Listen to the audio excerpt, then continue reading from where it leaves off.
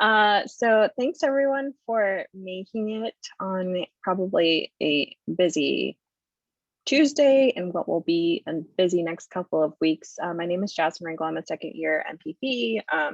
And this Batten Reads is put on kind of sponsored by the Equity Collaborative, which I am a founder of, but I also want to use this time to talk a little bit more about the Equity Collaborative and the work that we do. And so I'd love for some of our exec members who are on this call to introduce themselves right quick. I'll jump in first. Hi, all. I'm Ali Straley. I'm also a second year MPP, and I'm the current executive director of the Equity Collab. And I'm Elizabeth Chun. I'm also a second year MPP in the accelerated program, and I'm the director of external affairs for TEC. Great, thanks you two. And so at the end of this kind of call, we will be putting a link to our executive team application. If you're interested in promoting equity, not just at Batten, but at UVA and in the Charlottesville community, we highly encourage you to apply to the executive team so that some of the really good work that's been done this last year can continue to be done next year. And so with that, we're going to talk about Grace Lee Boggs. Maybe a show of hand of who's heard of her, maybe like just using your chat, your Zoom functions, if you've heard of Grace Lee Boggs before. No? Okay, me either before I did this.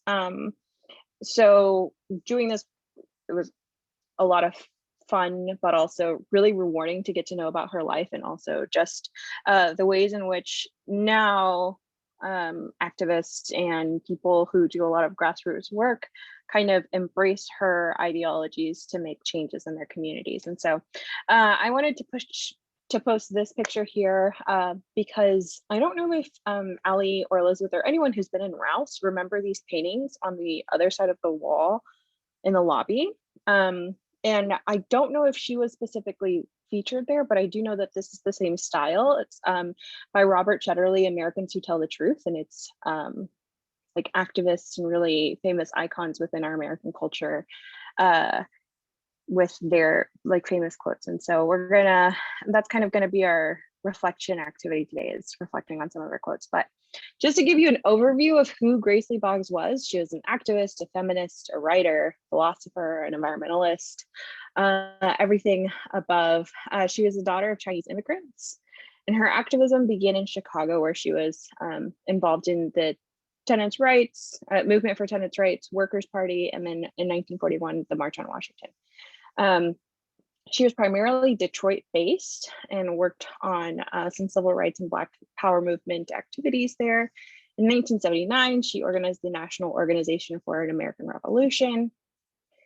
She founded the Detroit Summer in 1992, and then continued to write books with her knowledge on activism and revolutionary power until 2011. While I was researching her, though, I think two big things stood out for me on her philosophy of approaching activism and justice work in general. And one was that she rejected the stereotypical radical idea that capitalist society is just something that can be done away with. She believed more and said that you can't change any society unless you're taking responsibility for it, and unless you see yourself belonging to it and responsibly changing it. And so instead of seeing things as more like abolitionists, it's fully taking responsibility for the role that you play in that collective society and the way that power structures are maintained or continued. The second thing was that she believed that by working together in small groups, that positive social change can happen, not in large revolutions where one group of power changes position with another. And so she really believed in the small scale work of how positive change can be created. So with that, I want to delve into quote one. I'd love to take a volunteer to read this quote for me. Don't be shy. I can jump in.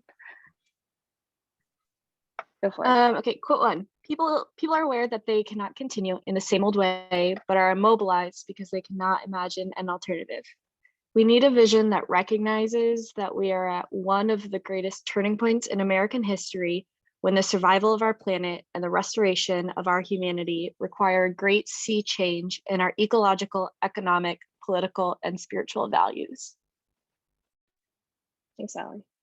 So I want to give us maybe a minute to read this quote again to ourselves and to think about maybe how this speaks to our work as policymakers.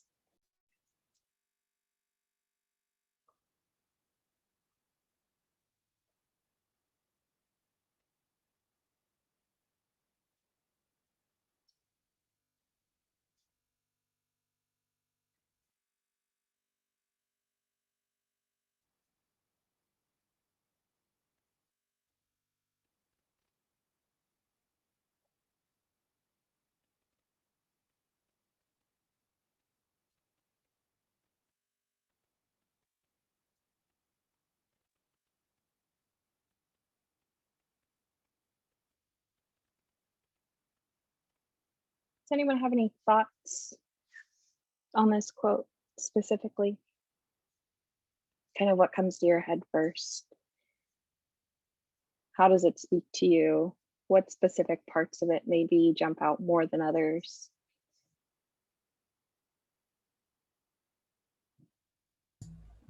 Hey, Jasmine, this is Dimitri. Hello. Hello. The part that connected with me was that people feel immobilized because they can't imagine anything else. If this is all you know, then kind of how can you fight for something else if you don't know what it is? I think. Yeah, for sure. What about that stuck out to you?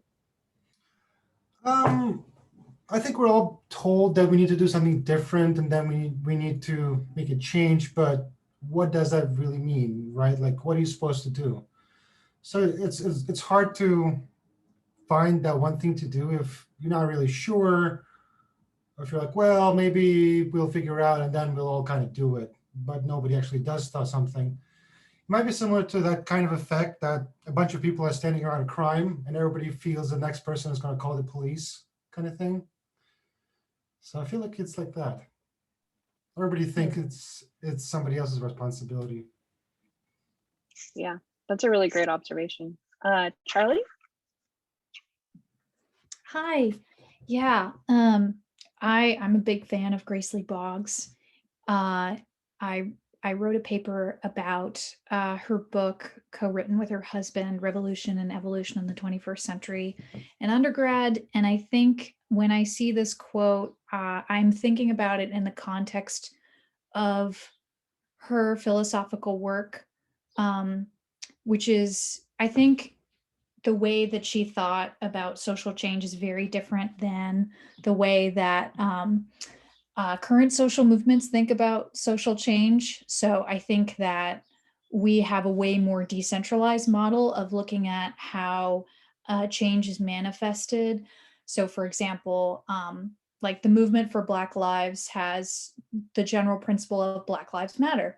And for Grace Lee Boggs, she wanted to see the leader of a movement. She wanted a very detailed and specific vision of what that movement meant, and what it was going to look like and what were the goals it was working towards. And so when I see this quote, I see how her philosophy is just anchored in this, like, we have to have a future that we're dreaming towards, and so you need to have an imagination, and if you don't have an imagination, it's very hard to fight for something.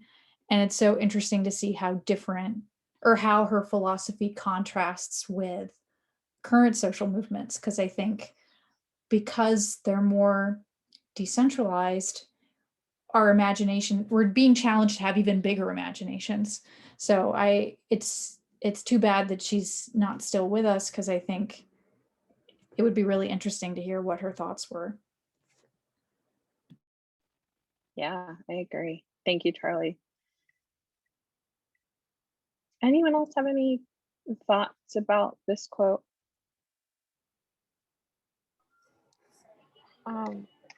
I've never heard of Grace Lee before today, so I'm really grateful that you're hosting this. I randomly stumbled on this. But I just love how she said people are aware. So it's not like people don't know, even if they may seem hopeless and they don't see any other alternatives, but they are aware. Things cannot continue the way they are. But also, I love the emphasis on we do need this vision to recognize that this is the time, like in human history, that something must happen. Like for the sake of humanity, as one, as the human race, we depend on this change that will come from our ecological, economic, political, and spiritual values. Like I love this because come as you are, bring to the table what you have, your political beliefs, spiritual beliefs, whatever, bring that with you because now is the time. We do need to recognize this. So I really love this and I can relate to it some and it gives me hope. Thank you, Sarah. So I'm going to move on to quote 2. And if anyone would like to volunteer to read this one, I will open the floor to you. It's really short, so. I can read this one. In the middle of catastrophe, in the middle of disaster, people, particularly people who have already suffered, see an opportunity to evolve to another stage of humanity. Thanks, Elizabeth. And so like the last one, we'll take a minute or two just to reread, think of the words that stick out to you the most.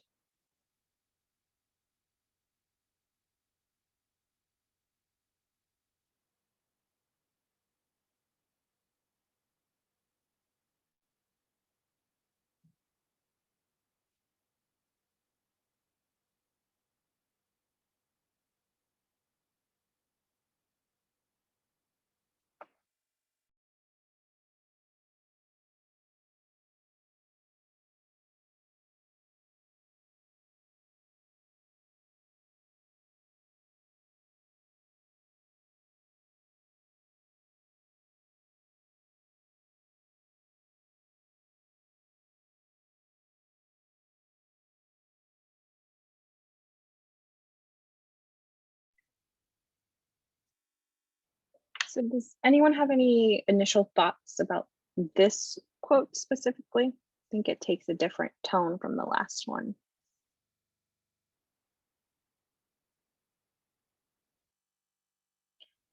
When I first stumbled upon this one, it mirrored a lot of, I don't know how many of you have read Pedagogy of the Oppressed, and a lot of what is kind of emphasized there is this notion that the oppressed have to be the ones that lead themselves out of oppression and are the ones that are kind of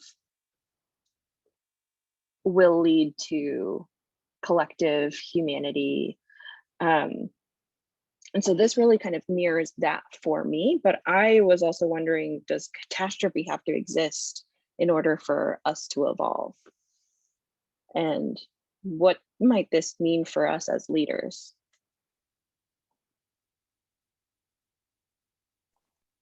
Jess, I really like that you brought up catastrophe because catastrophe and disaster are kind of the two words that were really sticking out for me.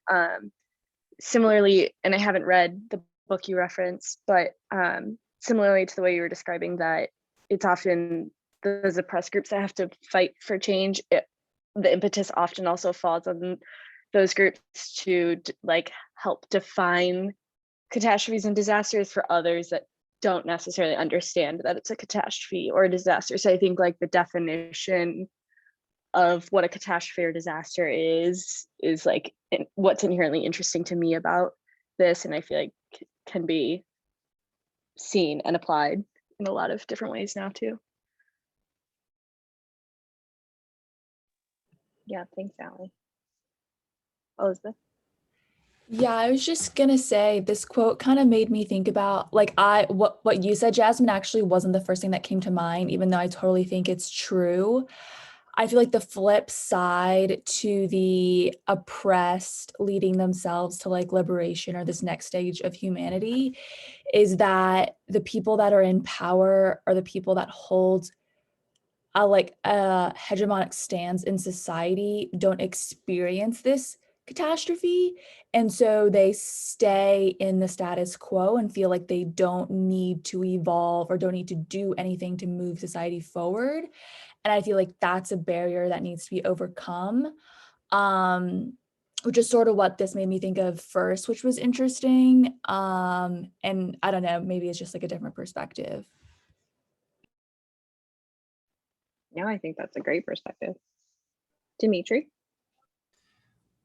I was kind of coming at it in a similarly to what Elizabeth was saying, I think, or Ali, I'm not sure. I think people who've been through catastrophes can probably see the next one coming better than the rest of the folks. If you're used to kind of dealing with issues and always trying to pivot in order to survive, then you kind of get used to that. And then another catastrophe is just almost like another hump or another just thing you got to jump over. So people who've dealt with this before probably are the ones who will deal with it in the future, I think. Yeah, thanks, Dimitri. Can I say something? Yeah. Yeah, I was gonna say I love what people are saying, but also something that came to mind first was I was wondering what kind of catastrophe or disaster she was in when she wrote this quote. Because I'm looking at myself right now with the challenges I'm facing personally and the things I'm writing down. I'm hoping 100 years from today, when people read, who knows what's gonna happen. But like Elizabeth and Dimitri were saying, sometimes I can see people who have been through catastrophe or in the midst of disaster seeing no other alternatives because they're limited. They don't see any other ways to get themselves out. But that's where those who have not been through catastrophe can now come in, kind of be the helping hand or the sustaining hand to carry them out. Because if I've been smashed, I'm sitting down. But as a human being, I'm finished on my own. But that's where the other human parts, the rest of humanity comes in to lift me up. Because it's possible, it's true. And people who have been through catastrophes want to come up, but sometimes they're limited too.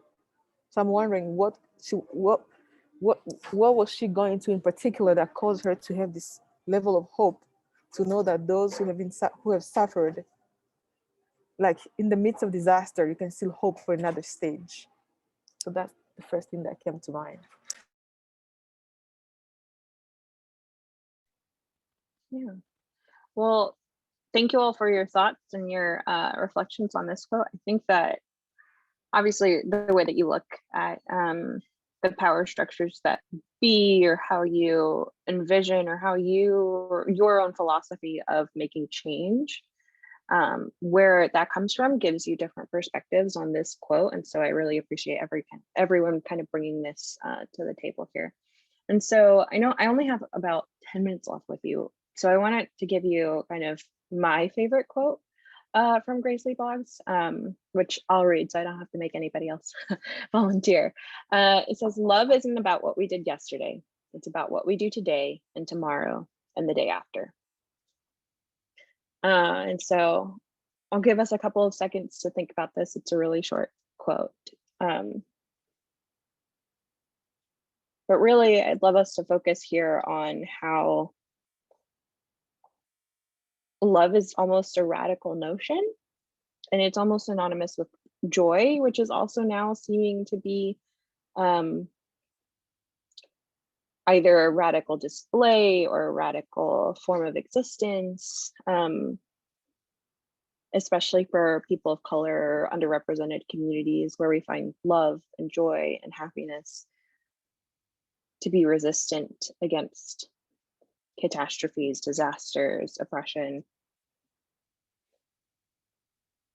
How is the notion of love important for our work as leaders and as policymakers, or just our work in general?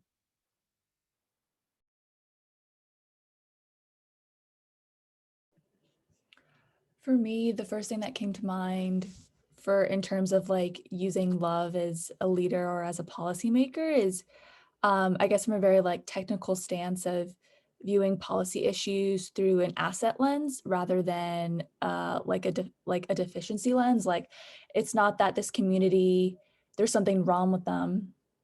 It's that they've faced certain struggles or barriers, and that doesn't mean that they don't have assets that we can't then build upon for solutions. And taking that like perspective of like love and compassion of these are people and we're trying to work to help them, and through that of using love as like a mechanism for that is what I thought of when I read this quote.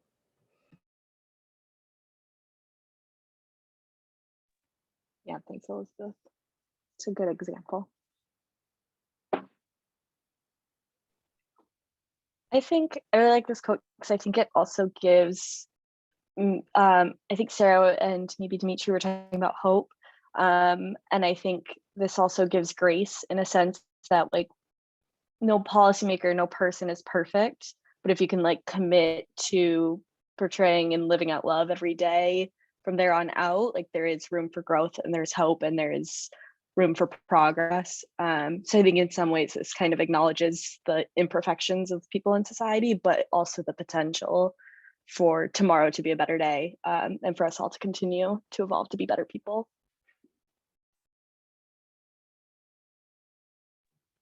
Yeah, great point, Allie.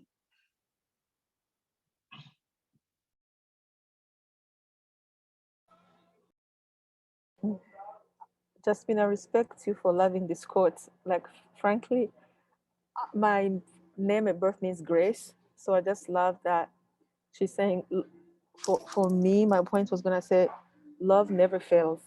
So if you're willing to serve from a place of like knowing that if you carry that love for the people you serve, the community, like Elizabeth was saying, you can never fail. Yes, you did it yesterday, but if you're tired today, it doesn't matter. But if you keep doing it, you keep doing it, you keep fighting and keep changing and keep standing and then mobilizing efforts. And so love will never fail. And I'm saying this with confidence because, I mean, as a person of faith, if you understand that kind of love, then nothing can stop you, you know? So I really love that, that you love this quote, because without that, and I was thinking about that today, like love is everything, you know? Give the best, give people like anywhere the benefit of the doubt until they prove you wrong. But then stand in love, like love bears everything, forgives everything. And I could go on and on, but without that, we can get tired and weary, but it's tomorrow, the following day, and so forth. So I also really love this quote.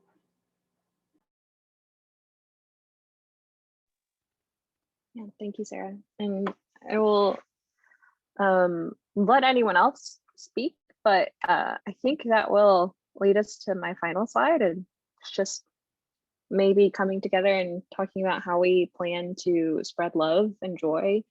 For some of us, we are finishing out our first semester of a MPP program, or others, we are just kind of going through another year. Some of us are about to enter a program and some of us are about to leave. So we're all in really different stages of our life, but yeah, I'm interested in knowing how maybe you all, obviously no pressure, right? This is a really big question, but how you envision yourself maybe spreading love and joy in the next few weeks.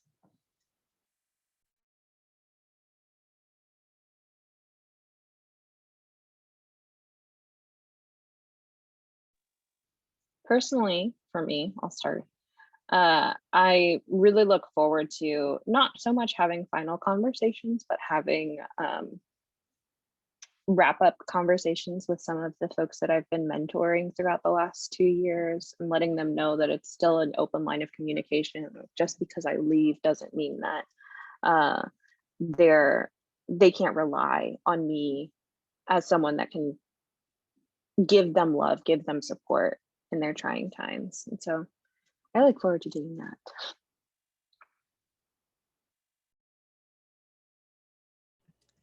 I think for me, I've sort of seen, so I'm going to be graduating in May, and I've sort of seen the next like 5 to 6 weeks as sort of like the last chance for me to really make connections with people that I have like maybe from afar have really admired or really respected, and haven't really like taken the leap to really be intentional about that, about wanting to like build that friendship.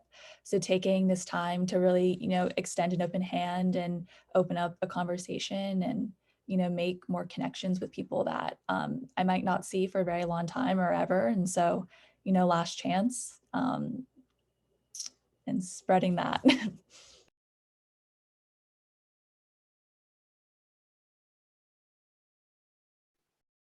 I think something I've been working on and hoping to continue is that knowing, again, I'm also graduating in May, and knowing that these last couple weeks are going to be kind of crazy, just school, job search, moving, no matter what stage in your life, there always seems like there's a million things going on, and everybody always has a to-do list. Every morning there's always a to-do list. So even when you have a crazy day, or maybe your best day, like finding the little joys in life and helping your friends and roommates and family members and people close to you, finding those good, happy moments, even if it's maybe not your best day, maybe not your best week, but finding the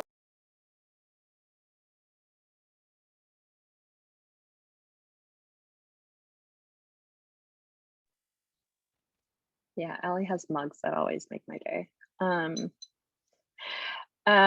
Well, there's only 2 minutes left, and I kind of want to give the plug to the Equity Collaborative. Allie, I don't know if you have the link so quick. If I don't know if I think we have some incoming students. If you're interested in applying to be on the executive team, we'd love to have you. We'd love to see your interest and your passions. And Sarah, if you're interested in applying to, please feel free to apply. Open applications for the executive team. But otherwise, I just want to say thank you all so much for, yes, and you can email Allie or the Equity Collab's email if you have any questions. The deadline is tonight, but we might send out like is tomorrow night? It's tomorrow night. But we'll send out any other like notifications in case that extends or anything. So yeah, thank you all so much for giving me 30 minutes of your time. Oh no. We'll fix it. Sorry, that's a UVA weird thing. Thank you, yeah, Charlie. It is a weird UVA thing. So yeah, thank you so much for your time. I'll be sticking on here for a couple minutes in case anyone has any questions or like wants to keep chatting. But yeah, thank you all. Have a great rest of your week. Thanks, Jazz. You too. Thank you guys for hosting.